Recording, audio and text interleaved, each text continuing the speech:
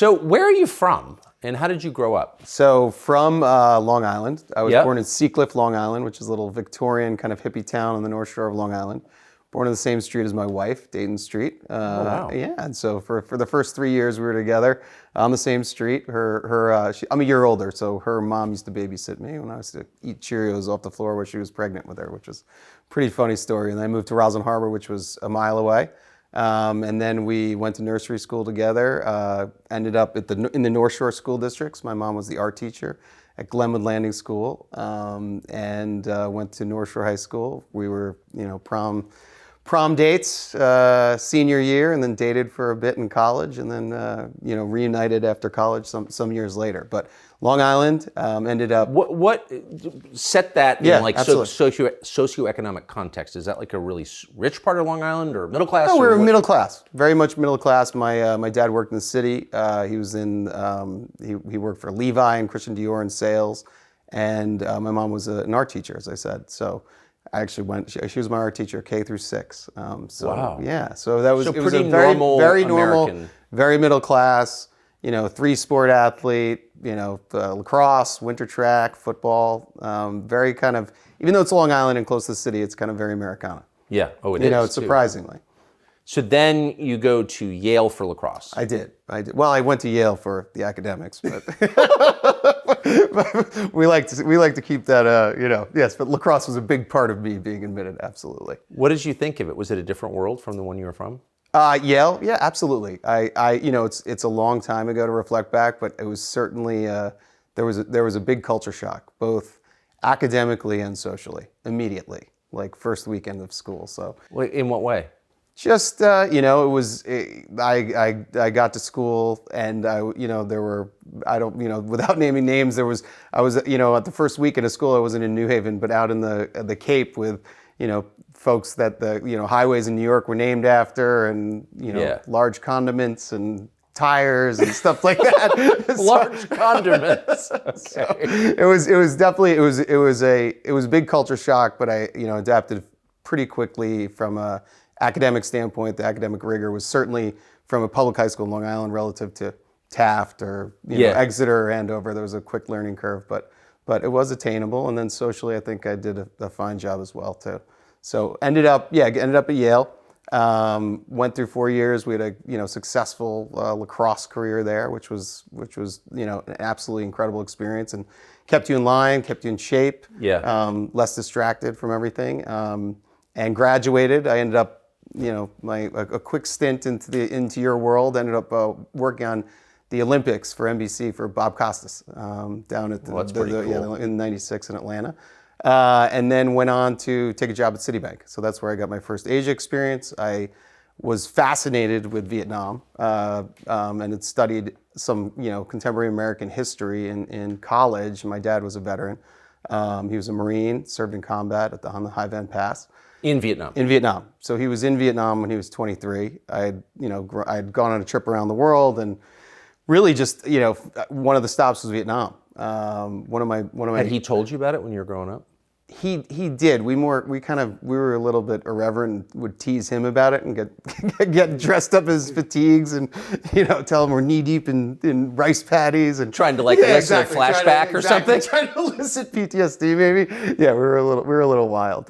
me and my 3 brothers and sisters. So he didn't talk about it much, but we tried to bring it up a lot. It was kind of. That's pretty funny. Yeah, it was. So you wound up working for Citibank in Vietnam. I wound up getting a job with Citibank in Vietnam. I kind of orchestrated it through an uncle that had a relationship at Citibank, and ended up getting a management associate job there.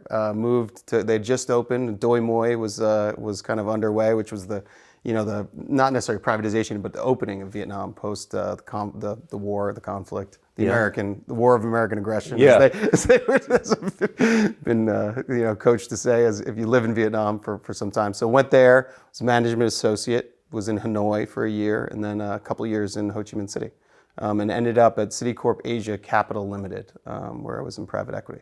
So wow, that was the beginning. Where'd you go after Vietnam? After Vietnam, there was a nonprofit that had come through to produce a film about Vietnam, which involved a bike ride on mountain bikes from Hanoi to Ho Chi Minh City.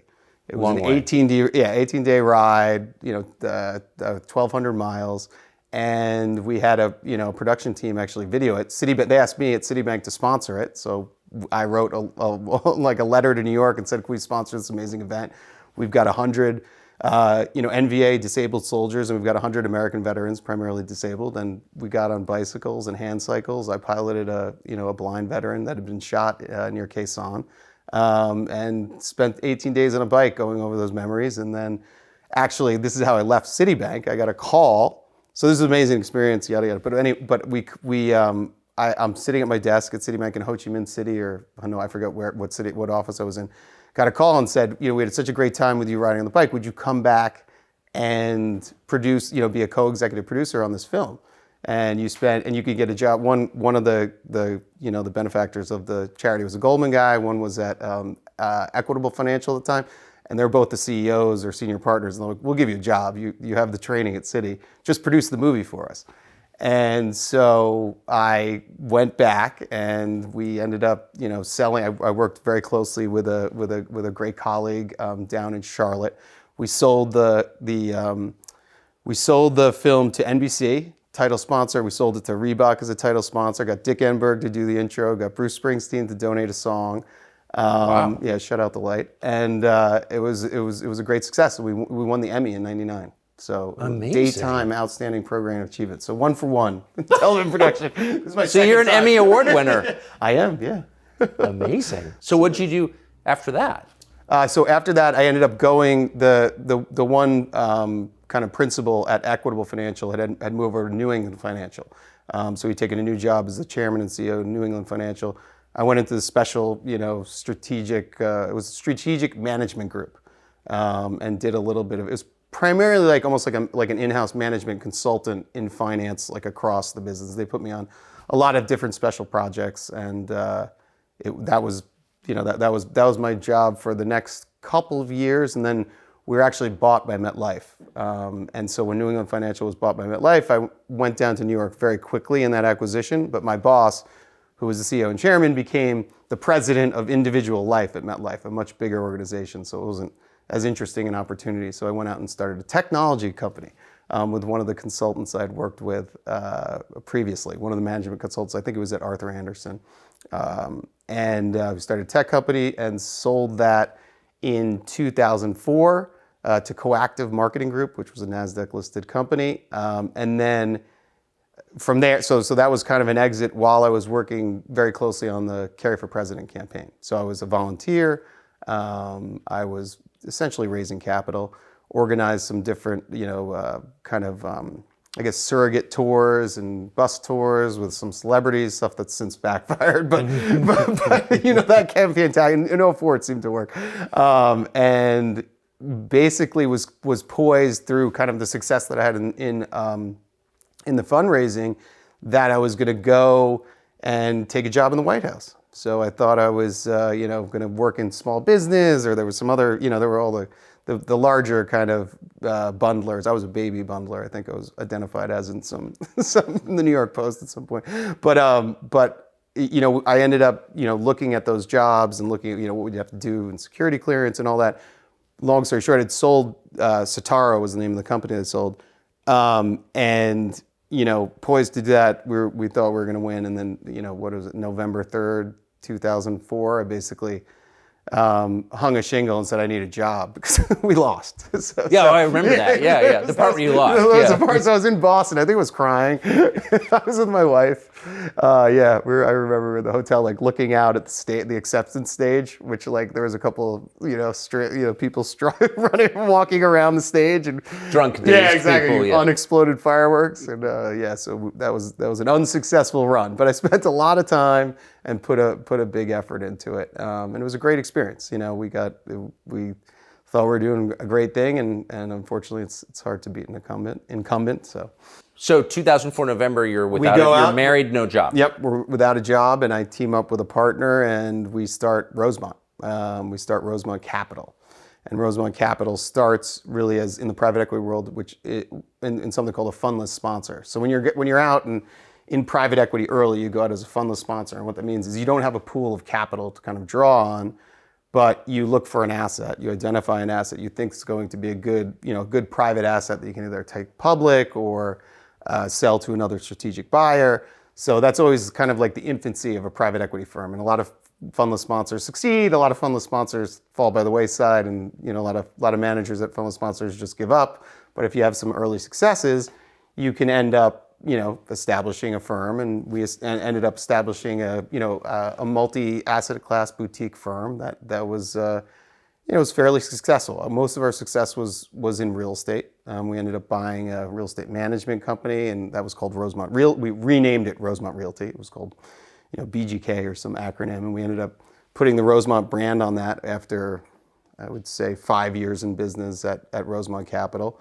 And that business was sold later in 2015. But at our peak, we probably had $3 billion of assets under management, which is kind of like your scorecard as a private equity manager. We'd done some great things. Was Hunter Biden an original partner at Rosemont? No. Hunter Biden, I met really, or I had met him before, but had like substantive conversations at a lunch I met in 2008, 2009. So you were already. It was 5 years, established Absolutely. with the business by then. Yes, business was quite established. We had raised. We were in the Rosemont Seneca Partners came along. Really, at the time that we bought Rosemont Realty, so around 2010. I don't know the exact dates right now. It's a while ago. But Rosemont, we had an initial fundless sponsor deals, so 2 or 3, 4 deals that we did independently and worked those deals. Then we'd raised a fund, so we had a 2007 vintage fund, which is the year that you started. It's very clever. So we had a 2007 vintage co-investment fund, and then we actually raised, out of the financial crisis, we raised the TALF debt fund, so reinvesting in asset-backed securities, and then we had some other sub funds in technology, but ultimately, like kind of the big successful piece of Rosemont ended up being Rosemont Realty, which was this acquisition of BGK. So it sounds like you've got a perfectly self-sustaining business, $3 billion under management. That's success, I think. Yeah, absolutely. No, it was. So how does Hunter Biden get involved, and why? So we had this lunch, and a mutual friend, or it wasn't even, I don't know how it was, but an attorney of Hunter's, another attorney, Hunter's an attorney as well, had introduced us, and we had a lunch, and we always, you're always looking for kind of an edge or an advantage as being a boutique, and certainly $3 billion was good, but as an AUM number, a scorecard, but in real estate, it's kind of a levered number, so totally. it's a little exactly exaggerated. Right. If you're Blackstone 4 and you have $3 billion, you have $3 billion of dry powder. If you have a small private equity fund with $3 billion under management, a lot of it's real estate. It's actually not the actual number you have in dry powder. So nuance, but it's very liquid. Exactly, it's very liquid, and you don't have the buying power. So you're always looking for an edge. You're always looking to expand. And we had obviously, we were demystified to Washington just through relationships. And Hunter was in a stage where he was transitioning from lobbying to strategic advisory. What's the difference? Well, as I understand it, when you can probably answer it better than me, given your background. There's a distinction, but no difference that I can see. Right, exactly. So one you register for, the other you don't. Right. And I think that there are some legal, limits around registering when your father's the vice president. So I think that was what they ran into. But there's certain, again, I'm not an expert on it. I know that was I think in Washington, you can't lobby, but you can strategically advise. Right, exactly. There you go, strategically advise. Right, it's a good nuance. So what was the business that you imagined him helping you with? The core business, what we really hoped for was raise introductions to capital, to raise more capital, right, and deal flow. So the things that make a private equity fund successful, whether it's in real estate or asset-backed securities, or just going out and looking for operating assets, it's finding unique deals, and then finding the capital to actually invest in those deals and make them worth more money. Right? Exactly. But you got to have the dough. Right. You got to have the dough. So I think in the back of our minds, the initial strategy was, okay, we can expand our network exponentially. Hunter and his strategic team know, tons of folks, and it's a whole new world of, of high net worth individuals, family offices, institutional pension funds, which was a huge one that we thought that we could crack that never materialized. And yes, and so that was the genesis. But on paper, what we looked at was like, okay, why are you kind of teaming up this? And there was no investment in it. It was Rosemont Seneca Partners was kind of a dovetail concept. It's not like we didn't fund it, nor did they fund it. We just said they had their strategic advisory business, we had our private equity business. Let's combine forces, expand our network, and maybe get some help, or maybe when we talk to a strategic asset that's selling. We had a company that sold body armor, for instance. Maybe we could get a military contract because someone in DC knew the Pentagon people. I mean, it's just simple kind of connecting the dots. It is, but if I can just, and this is not a criticism of you because I lived there, I didn't see this either. But if you're looking for money, Washington logically would be the last place you would go. Right. I mean, you go to New York or maybe Los Angeles or maybe Dubai or Milan or places where people do business. But Washington's not about business, it's about governance. Right. It's kind of weird, isn't it? And maybe a sign of deeper corruption that Washington is like the place you go to raise money. Yeah, I think, where we were in this, in kind of the, in the world of private equity. We're a very small private equity fund at the end of the day. So the network that you're going to is more family office, high net worth individuals, and then maybe you get a breakthrough with a pension fund. So I think the fundraising elements of linking up with Seneca Partners was really that, but we took advantage of all the kind of strategic advisory work and the network that they had to promote to the assets, to promote to the other, to people that were raising money from, say, oh, listen, we have a DC office. We know how to operate. But this is going to give us can I just advantage. ask, this is not related to you. Yeah. You were not able to get pension money, right? No. But do you believe, having operated in this world, pension funds are some of the biggest investors in the world? Absolutely. They are the institutional investors. Exactly. Yeah.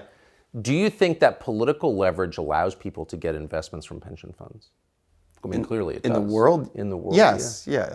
Absolutely. Unfortunately, we were not able. But you weren't able to. But like the idea that a pension fund would make an investment decision based on political calculations is like the definition of corruption, isn't it? Yeah, I think that I think there's an entire world and business that's been focused on trying to create those lines of demarcation. I mean, it's one of the biggest. I mean, all the pension managers. I mean, it's a whole world to. It's a bigger discussion, but yes, obviously that would be the ultimate form of corruption. So just to sum up, what I think we're hearing Sure. so far is that you're on a pretty conventional business track. Correct. You're working for a big bank at first, and then you decide to move into this burgeoning private equity world, Right. which really was exploding at the time. And then at some point, having gotten the business off the ground and it's succeeding, you look to Washington for opportunities there. Right. And you run into Hunter Biden or are set up with Hunter Biden. Right. I'm set up with Hunter Biden, and again, at that time, it seemed like it was hindsight's 2020, but it seemed like an opportunity to just broaden our network, broaden our competitive advantage on the deal side by having this access or regulatory understanding of DC is how we properly say it, and maybe expanding our and getting lucky with a pension fund introduction. Yes. Or another, large family, maybe there's a political donor that's a $1 billion family office on the West Coast that Hunter has a relationship with. So I thought that was enough reason to kind of not invest in a new company, but just, flirt with a joint venture at the end of the day. So, and you're in your early 30s at this point. Yeah, You're trying to early make your 30s. way. You wind up, though, with this deal most famously with Burisma. Burisma, yeah. Yes. How did that come about? So the Burisma deal came about initially, the CEO, Zolszewski, and Vadim, I'm going to abuse the name. I have it here. I've got it right here. Why don't you say it first, and then it'll... I can't. I got to put my glasses on. Pozharsky. Yeah. Yeah. So Vadim and Nikolai come through. They're working with they're in the network. Again, you're always expanding your network in raising capital and private equity, and work with this group, Tri Global Group, which Famously also worked with Mayor Giuliani, which Yes. was another one of their clients, which we found out later, but it was kind of interesting. They had on their fundraising list had Nikolai and Vadim, who were the CEO and the CEO, owner, and corporate secretary of Burisma, and they'd come through New York. Pozharsky. Yeah, there we go. We'll just use Vadim, I think. It's Vadim. So they come through New York. I was actually on a business trip in Asia, and they're taken through, and the Tri Global Group says we're working on these things. One of the funds that we're marketing is Rosemont Real Estate Acquisition Fund 1, REEF, and they show it to them, and that's probably I'll probably get the dates wrong, but that's maybe in the early the 2012 range. Okay, so that's the first context. We've got a placement agent working on Rosemont Real. They're on commission business with Rosemont Real Estate Acquisition Fund. They meet Vadim and Burisma. I don't know if they had known each other before, but there's this a mini Gark, as we call it, and a mini Gark and Vadim, who's the corporate secretary. They come through. They pitch. They give him the deck. I don't know if they spent any time on it. The deck being the marketing presentation for REEF. And nothing happens. They don't come in as an investor, but Tri Global was successful in identifying some investors for us, not Burisma. Cut to 2014, and I'm in the midst of a trip to Europe, and we're doing a strategic deal with a large bank there. And I get there, late February, early March, and it happens to be the day that Putin invaded Crimea, a peaceful invasion of Crimea, as they say. And so our deal falls through because there's all these basically it's like this huge paradigm shift, obviously, after Maidan. Yes. And, everything changed in Europe, and it became this, there's this new inflection point of Ukraine, and that really started there on those days. So needless to say, our strategic deal with the bank falls through for Rosemont Real Estate Acquisition Fund. So we're quickly pivoting because at the same time we're raising for Rosemont Real Estate Acquisition Fund 2. So I happened to be at a meeting, and Tri Global says, well, are you still trying to raise capital? So would you like to meet with Nikolai Zolshevsky to pitch your wares? I bring the deck to him. We go through the presentation, and he says, interestingly enough, he knows, obviously he's calculating. He had made some moves earlier, which I'll tell you about. Thinking about Ukraine and the former position that he had. So we pitched him the deck. He kind of looks through it, and I remembered he had some like crazy watch with like it was like a Ulysses Nardone with like an oil thing that was ticking. Like the second hand was like one of those oil wells, like cranking like this. Little I know it was a natural gas rig, but so it was hard to decipher. But anyway, it was quite an impression. He again, for the second time, kind of ignored the real estate pitch, and mentioned in the meeting, he was very polite, but he was obviously not interested in that. Mentioned, he said, President Kwasniewski of Poland has joined my board a couple months ago, and do you mind if he gives you a call? That was kind of like our departure. And I said, yeah, wonderful. Please follow up and write a $100 million check into Rosemont Real Estate Acquisition Fund 2. So we never had another discussion about that. And the next day, maybe 48 hours later, Kwasniewski and Vadim, who's the corporate secretary, who was not at the first meeting, but he was in New York, a couple years back. Kwasniewski calls me, says, you want to come to Warsaw? I want to, tell you about Burisma. And I kind of had a hint, but I didn't have a pure picture. It was the president of Poland. It was the president of Poland, yeah. Yeah, so it was. So you happen to be over there trying to raise money for a real estate fund. Exactly. I was there for a big strategic closing that got completely blown up by world events. Exactly, by world events. So you're over there to raise money for your real estate fund. Correct. From the guy from Burisma, because he's just a rich guy looking to diversify. They make a ton of money selling natural gas, and they want to invest it. Right. He's not interested in your pitch, and he says, by the way, since you're here, I'd like you to talk to the president of Poland. Yes. Who then calls you. Yes. It was coordinated by Vadim, but yes, eventually we somehow got connected on WhatsApp, and yes, calls me, invites me to Poland. I was on a lot flight from, or whatever what the airline's called, I think it's LOT, from JFK within a couple days. And I flew directly to Warsaw for 36 hours, sat down with Kwasniewski, and he said, listen, we've got a great opportunity, energy independence for Ukraine, this company Burisma, I joined the board. There's we've looked at your profile, I know, you got Rosemont, you can raise, and the idea was to raise outside capital for Burisma. So they were like, come join the board. It's a very high paying opportunity. It wasn't, we didn't talk details on that in that particular meeting, but he's like, trust me, and there's a chance to build an equity position in this business, and this could be, the next Exxon of Ukraine or whatever. I think there's some discovery emails that talk about that. Yeah. So well, why wouldn't it have been? I mean, it was a real company. Exactly, real company, incredible management team, new age equipment. But why you? Why me? Because I was a bereaver. You were a true bereaver, huh? I was no. Why me? No, it's just interesting because you're raising money for a real estate fund, but then the guy from the natural gas company says, talk to the president of Poland about joining the board of our natural gas company. Right. Was Hunter Biden mentioned at all? Hunter Biden was not mentioned, though. I mean, I can't deny that they did some research about Rosemont Seneca Partners, but because it just seems like it was not mentioned. It was not mentioned to me. It's a little. I mean, you sound like a very capable business operator, but not someone who specializes in the energy sector. No, I've had a diverse portfolio. Right. Well, now you know a lot about energy. Now I do. Yeah, but then. Right. Agreed. I had one energy investment that we had made in Texas, but that's true. I was certainly not by any stretch of the imagination an expert in excavating natural gas. Right.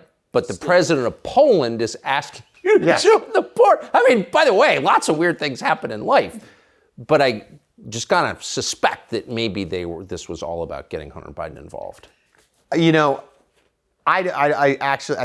think that they saw an opportunity to raise capital. I think that they thought that I was close enough to political powers that I don't think that was their initial intention, to be completely honest. I don't think they were like, I was a mark that they identified and then found Hunter. I think it was a little bit more natural than that. And at the end of the day, similar to kind of what happened in my fate, that, be careful what you wish for. Yeah. So how did he get involved? It was as you go on with the progression of the story. So he's obviously a partner, and we're always looking to incent each other and include each other in each of our opportunities. And what happened was I came back, I joined the board, or I started the process of joining the board. I did join the board. I think I was on the board in March of that year of 2014. Was probably my first month there. And then I came back, and Hunter was of counsel, and so what I did is I brought him on board, as counsel to legally represent the company and help them, and basically have a firm in DC that would look out for their best interests, or kind of their any kind of geopolitical. I'm sorry. I'm calling bullshit on just this one thing, okay? So this is a city filled with law firms. Yes.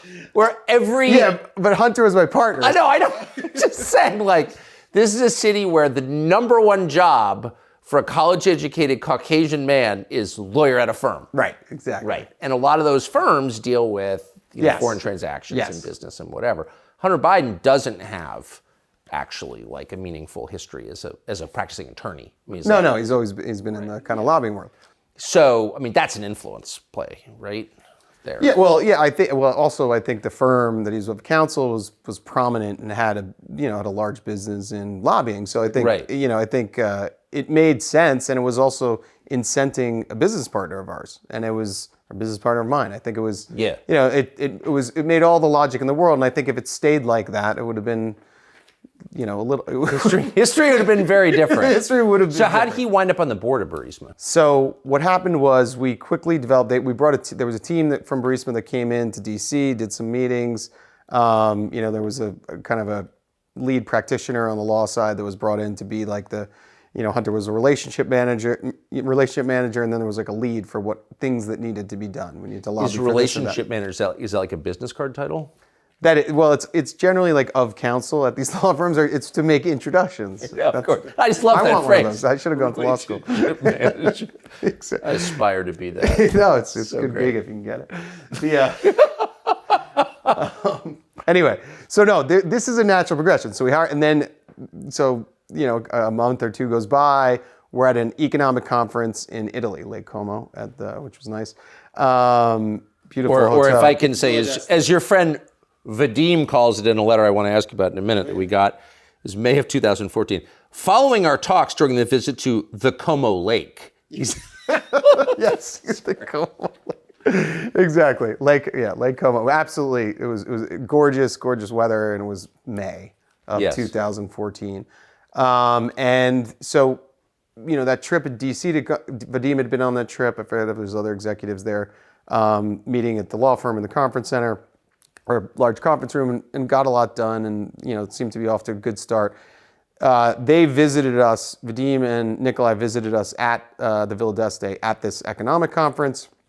And Hunter, was of, the relationship manager at the time of counsel, and they, kind of struck up a conversation, and Kwasniewski was not there, but on WhatsApp and kind of in the conversation. And I think, similar to what, as opposed to like me being a mark in an orchestrated effort to get Hunter on board, I think they all of a sudden saw, the relationship that I brought by doing this, and thought, wait, we can go a step further. We got the president of Poland, we've got this, a couple of finance guys on the board, we've got a couple of Ukrainians and Cypriots for regulatory reasons in those, in those domiciles, and we can get the son of the vice president on the board.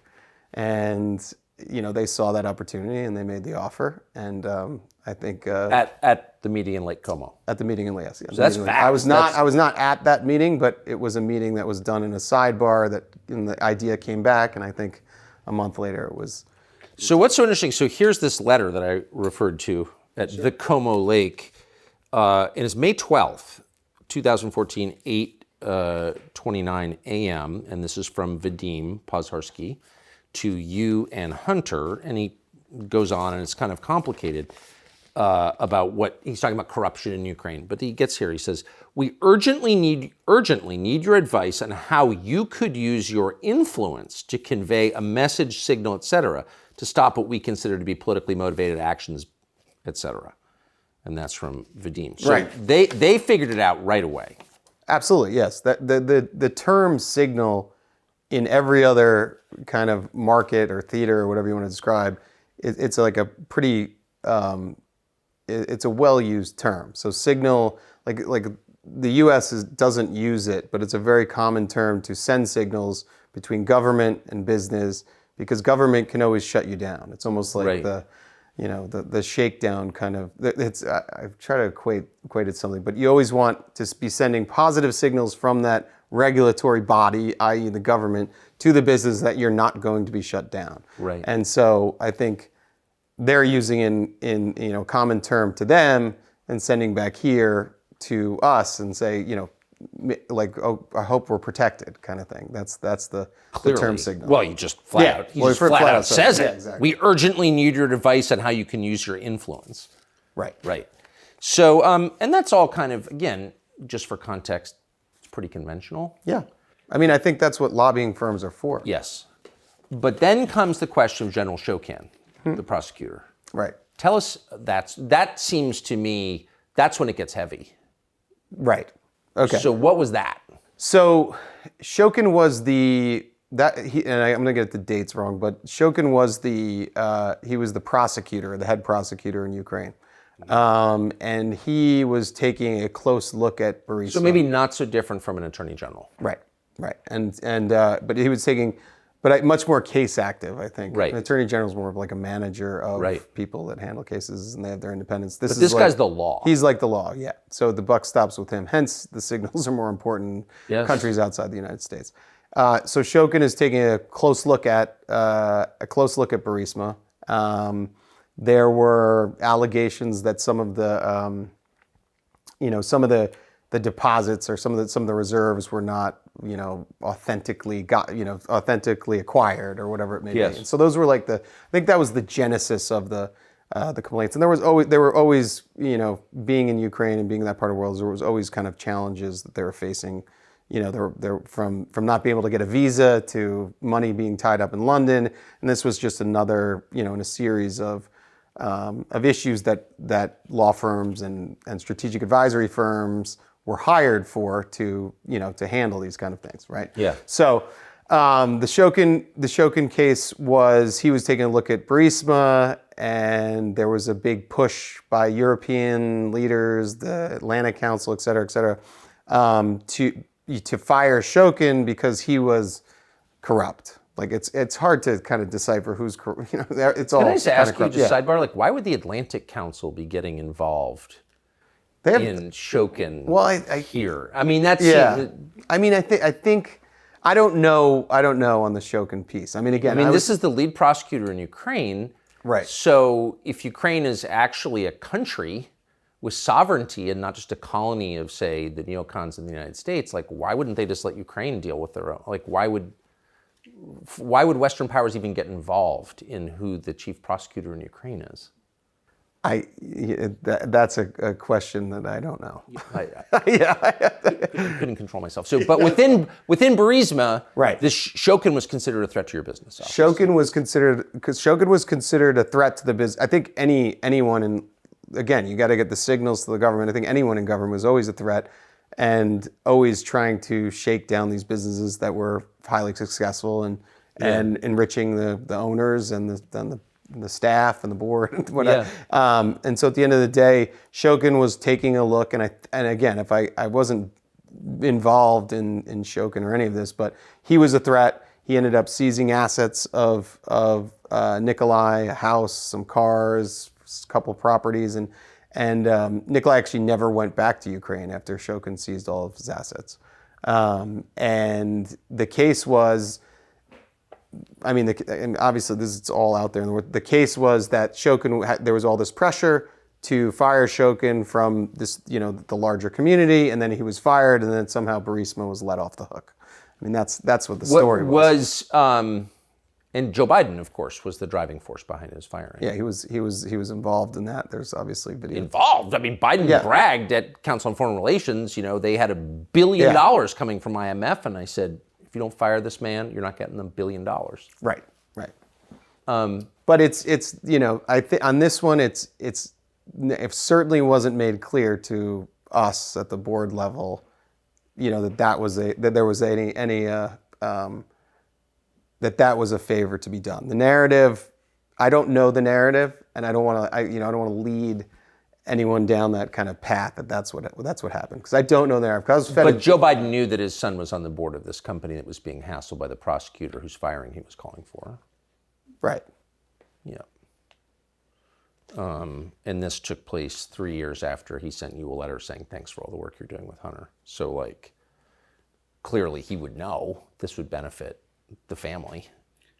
Right. I don't want to get it, but the narrative was that Shokin was already taken care of. That was the popular narrative. That's the only thing that he was already on his way out. Exactly. That was the narrative that was fed to the board. Okay, so you were told when Shokin got fired that it had nothing to do with it. No, we were told that was bad and we don't want a new prosecutor. So was taken care of. So it's this is not like, checkers. This is multiple dimensions here. So a popular... This is like Connect 4. Yeah, no, exactly. It's I think in this particular case, it's pretty high stakes and pretty sophisticated. So the narrative that I was told was that. That's just, I've said it under oath and I'll say it again. That was the narrative. That was the narrative. Were you aware... Do you have knowledge that Hunter spoke to his dad about Burisma? Do I have knowledge? Yes. Do you know that Hunter spoke to his dad about Burisma? Did you ever see them talk about it, hear them talk about it? Was Joe Biden? No, I don't have knowledge of that, though I'd assume it.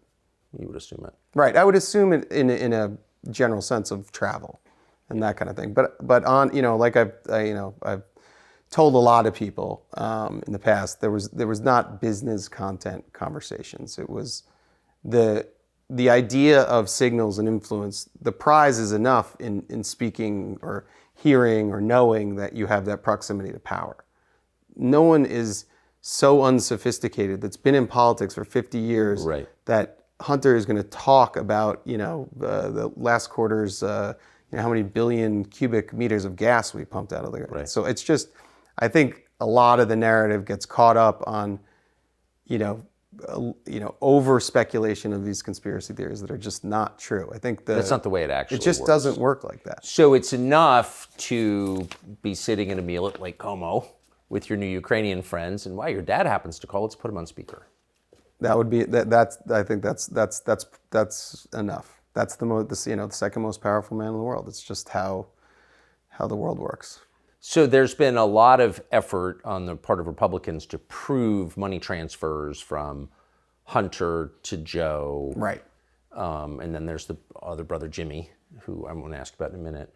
But so far there are hints of it, but we haven't seen the direct transfer. But did you ever wonder when you were in the Biden orbit, how do they live so well? I mean, Hunter grew up at a huge house in Wilmington. The family had this very expensive beach house. And how do you do that on a politician's salary? We don't pay our politicians very much. Well, I think Hunter had a successful lobbying and advisory business. Sure, but these are his dad's houses. Right.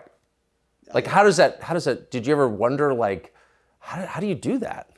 Well, at that question, I really only was under the kind of tenure at the Naval Observatory, so I knew the government was paying. We were paying for it. Yeah, no, of course, but they had these other houses. Yeah, I was at Bo's house, I was at Hunter's house, but those were the houses. So that was not something that I often thought about. Put it that way.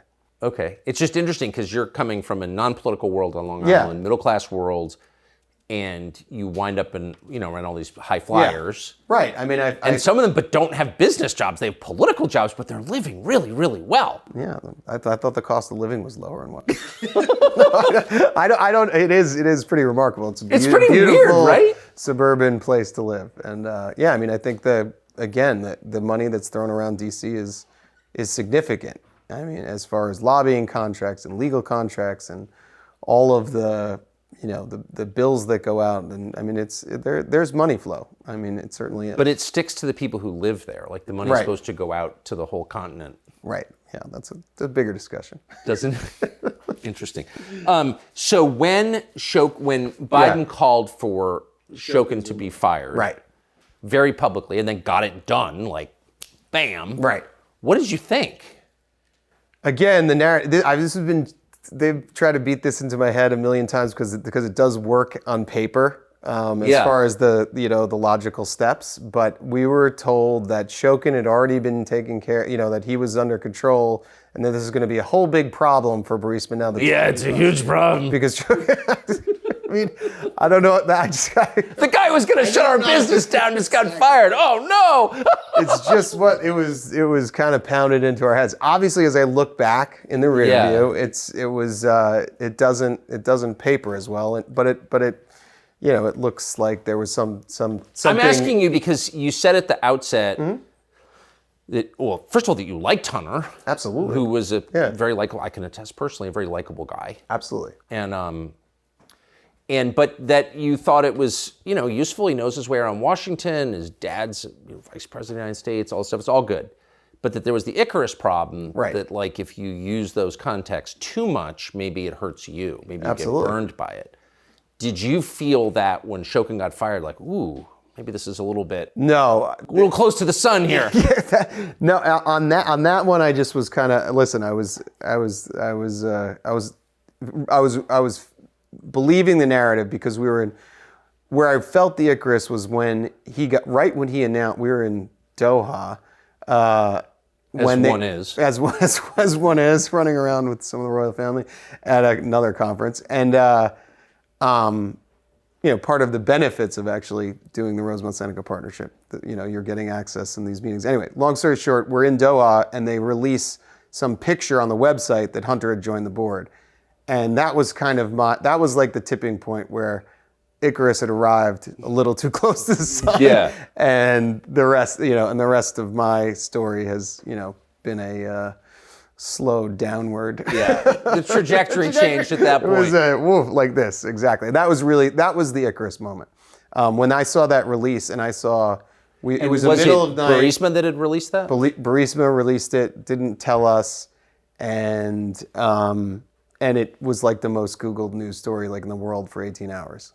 And I was like, this is going to be a different because world. To a civilian, you're thinking, okay, huge, super lucrative Eastern European natural gas company, incredible. Sort of semi-employed kind of lawyer lobbyist from D.C., like, what is he doing on their board? Like, it just seemed... Right. Yeah. And that really, at the time, I was not, I didn't have, we didn't calculate the risk appropriately. And the rest is history. So whether or not Hunter convinced his dad to come out against Shokan, and there's debate. Right. It was very clear that the Burisma guys were hoping to leverage Hunter's relationship with the vice president, his father. Yes. At one point, they told Hunter to, quote, call his dad? Yeah, I think referencing the email that you put earlier, there was constant pressure to send signals, to leverage all of his dad included, but the Biden brand, all of the DC insider and relationships to help Burisma survive. I think that's at the end of the day what we're talking about. I mean, that was the idea. That's what he brought. It was that ability to help on the geopolitical stage, keep them out of trouble, keep them out of investigations, unfreeze assets, unsuccessfully, unfreeze visas, and the first challenge, which was there was a 23 million pound account that was released to Burisma because of alleged non-cooperation by the prosecutor. I don't know if Shokin or the guy before that, but that was successful. And I think... Did Hunter help with that? The perception of him being on the board probably provided a halo that helped with that, but no active, there was no active... But they were not consulting him on like pipeline construction or wellhead design. No. It was hiring lobbyists and law firms and various like NGOs to, help clear the path from, regulatory roadblocks at the end of the day. When they asked him to call his dad, did he? I was not privy to the conversation directly, but they've asked, that was, Vadim met with his dad at dinner at Cafe Milano, a famous dinner at Cafe Milano. I did not listen to a particular call where they spoke, but I know that the request was made by Vadim a lot. What did Vadim say to the vice president at that dinner at Cafe Milano? At dinner was, politics. I think there was a World Food Program element, weather, nothing specific to Burisma. But the idea was by having that relationship and by saying, I met with the vice president in Washington, that gives him SWAT. Yeah, I think at the end of that's the, the prize, or the, being able to have, whether it's on, speakerphone or in person, to have, that person in direct contact, whether you're talking about, weather or, politics or what have you, that's the important part. I don't think, there's no relevance in asking, the vice president about, the gas, right, revenues or anything it's like that. Enough. It was never, it's enough. And the prize is that contact and that access to power. What was the payment like from Burisma? Like, what did Hunter get? I mean, he famously made $83,000 a month. It was 80. Yeah, it was taken into a company. It was 283. Like the contracts were around board seats, and then the kind of scope of work was him on the governance side, as we've talked about. And I was in, first to raise capital, but then after the Doha, Google situation where they announced him on the board, raising outside capital was out. So it became international expansion. So the payment was $2 million a year to one of our LLCs. There were other business activities that happened in that. We had to pay some of the cap intro guys that introduced us initially through the Rosemont Realty. So he, the payments were, and I think it's incredibly well documented. Initially, it was about $600,000-$700,000 a year. It built to about $1 million, and then it was, I think, less for the rest of his tenure. The second his father left the VP's office, it went down. I think that happened. You think that happened? I think that I was long out of it by then, but I think I've been told that. What about gifts? And this is a part of the world where people give gifts, right? And those gifts are a kind of non-taxable payment. You could argue. You could argue. Were there gifts? There were some birthday gifts. A watch. A watch. Just Timex kind of watch, or no? What was the watch? I believe it was a Hue-Bolt. A Hue-Bolt. I'm not actually sure. I shouldn't even say that. But I don't know. But I know there's a birthday gift. I've also been refreshed in my memory through the series of documents that have been put in front of me. Yeah, through your testimony to the Congress. Might have been. Yeah. Exactly. So a watch like that would cost like ballpark? $50,000 to $100,000. Yeah. So real gift. A real gift, meaningful. So you're working in Ukraine, and just based on our off-camera conversations, we're actually interested in the business. Absolutely. And it's kind of an interesting business, actually. It powers the world. So right, it powers the world. And meaningful business. Yep. In your time in Ukraine, did you notice a lot of Americans running around from Washington, exerting influence over there? I think obviously it's an important part of the world. I think for different factions of different opposing East-West types of views. So yes, there were a lot of Americans lobbying, USAID, State Department officials. There were a lot of Americans kind of working. Because the picture you paint doesn't sound like a sovereign country. It really does seem like a protectorate or something. Yeah, I wouldn't. And protectorate might be an overstep, but yes, there is a lot of interest in Ukraine and who controls Ukraine, and that's it's a geopolitical conversation. Did you ever see Toria Nuland there? I never saw her in person, but she was definitely. I think that was in her scope, in her theater. Did she have a lot of influence in Ukraine? She did. Yeah, she did. She was. It was constantly trying to curry favor with her. She was one that you wanted on your good side, as I remember. I don't remember the specifics, whether it was, there were some issues with one of the ambassadors mentioned Burisma as corrupt at some point, and that was a big thing, and there was like a big effort to try and redact that. I think there was some lobbying done to her or with her, but did it get done? No, obviously Burisma. I think Nikolai, who came to New York and ate at Cat's Deli back in 2012, looking at the real estate pitch, ended up in Cyprus. I think he's still there. So no, nothing ever worked with that. Though I do believe that at the end of the day, Burisma wouldn't have stayed in business so long, if Hunter was not on the board. So they got their money back. I think they got some years. Why did you leave? I left in something completely unrelated. Because you got in trouble with another company. Correct. Exactly. And so you got off the board, but Hunter stayed on. Hunter stayed on, yeah. How long did you remain in business with him? After we had the issue with that other company, I was no longer in business. With him?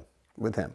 I was friendly. We retained a friendship for a couple of years, and then there was it's complicated and can't talk about it because it's an ongoing case. But there was a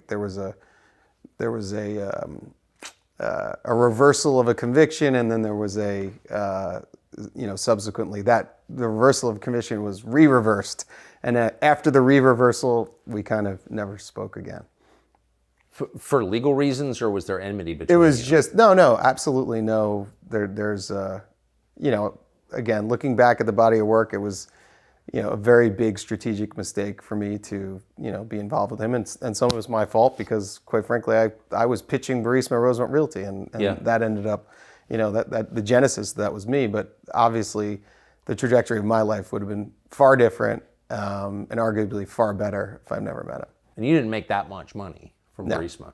No, I think it was, relative to the world, yes, it was a lot of money.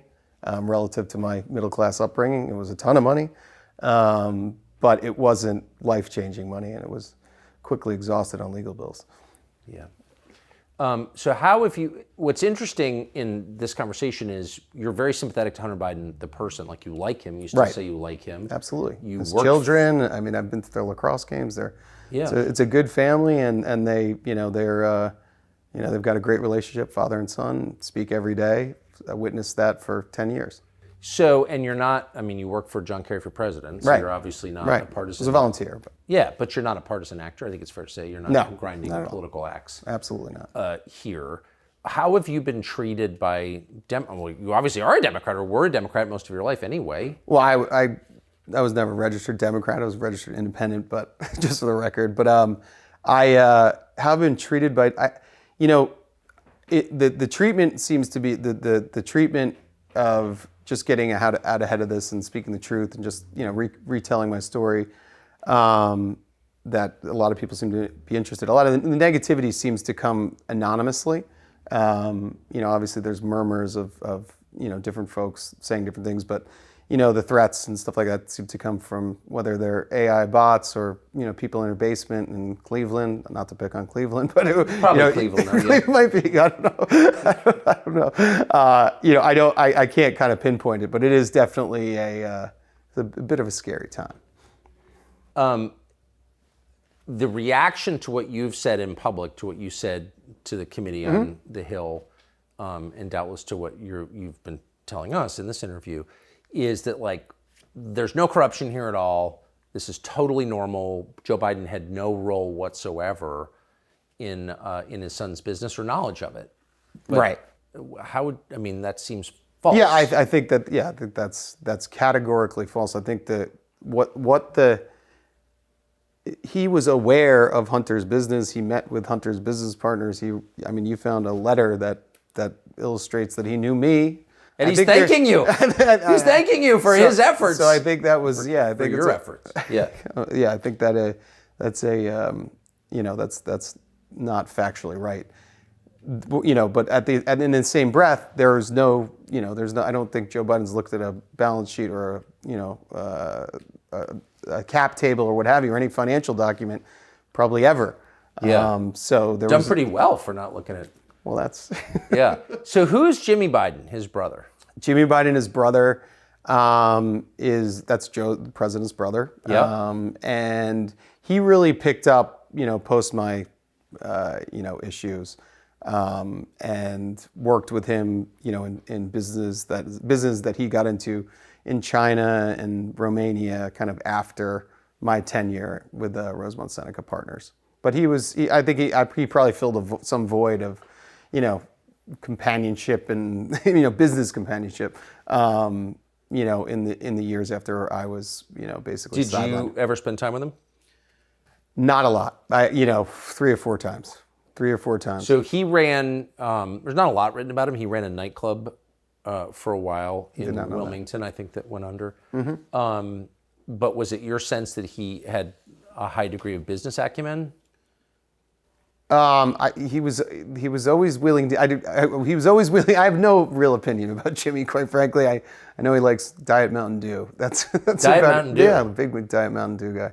But I never did a business deal with him. I socially interacted with him on a very few occasions. But did you think it's a little weird? So here's Hunter Biden, and here's the brother Jimmy with the Diet Mountain Dew. What is this exactly? This Biden brand? What is the business? What is as a whole? What is the business? It's a diverse portfolio of opportunity.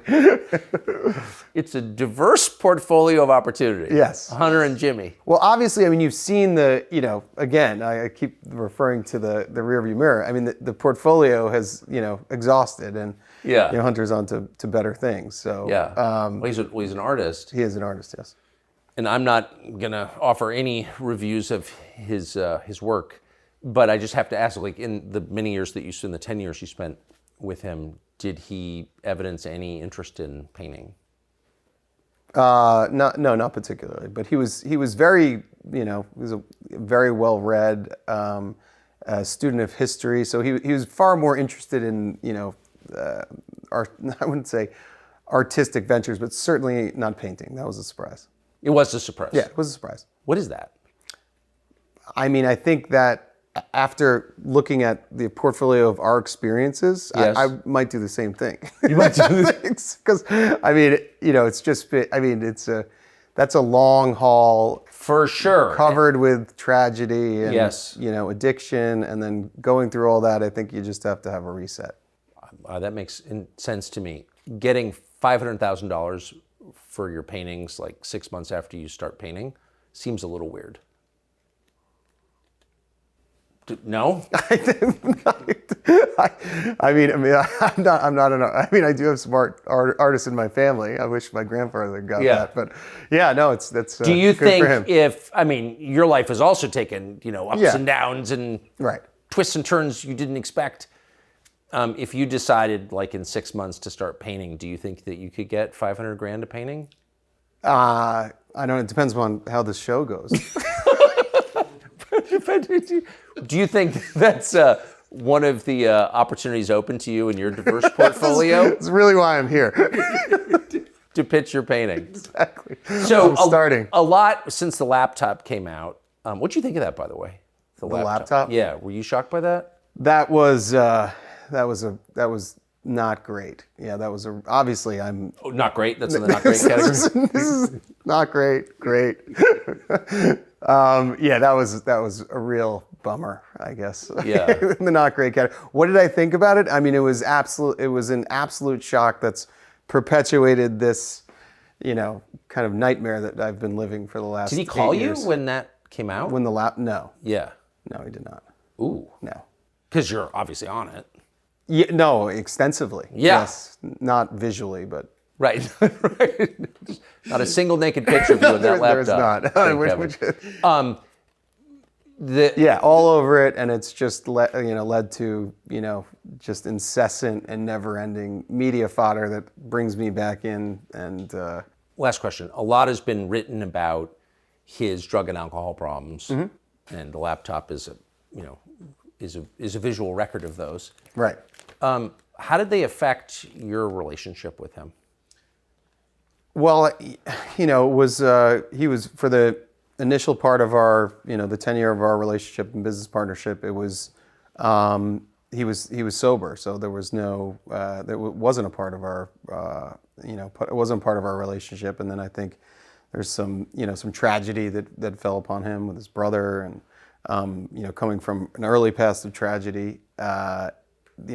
Things got hard mentally, and he slipped back in, and obviously that created some chaos, but that was created less effective kind of business decisions. Now, Burisma was already started, so that moment, that tipping point, had already happened at the end of the day, where the downhill spiral started, and I think a lot of those pressures of the media also contributed to it. But you're tethered to this guy in business, right? And then he Yes. starts to fall apart. Right, and it was not. Yes, it was not a. He made a lot of efforts to to repair and go to rehab and get better. And then I again through another business that we're involved in was kind of taken out, and then so I didn't go through the actual kind of full downward spiral and then rebirth. Only You said from you were afar. taken out. Do you think you were taken out? No, I can't comment on that. It's an ongoing case. So. Probably not out of the realm of possibility, one suspects. Devon Archer, thank you for spending all this time. Thank you so much. Appreciate it. Really appreciate it. Younger people say the news is full of lies. In Kennedy's motorcade. 239 people. The death of Jeffrey Epstein.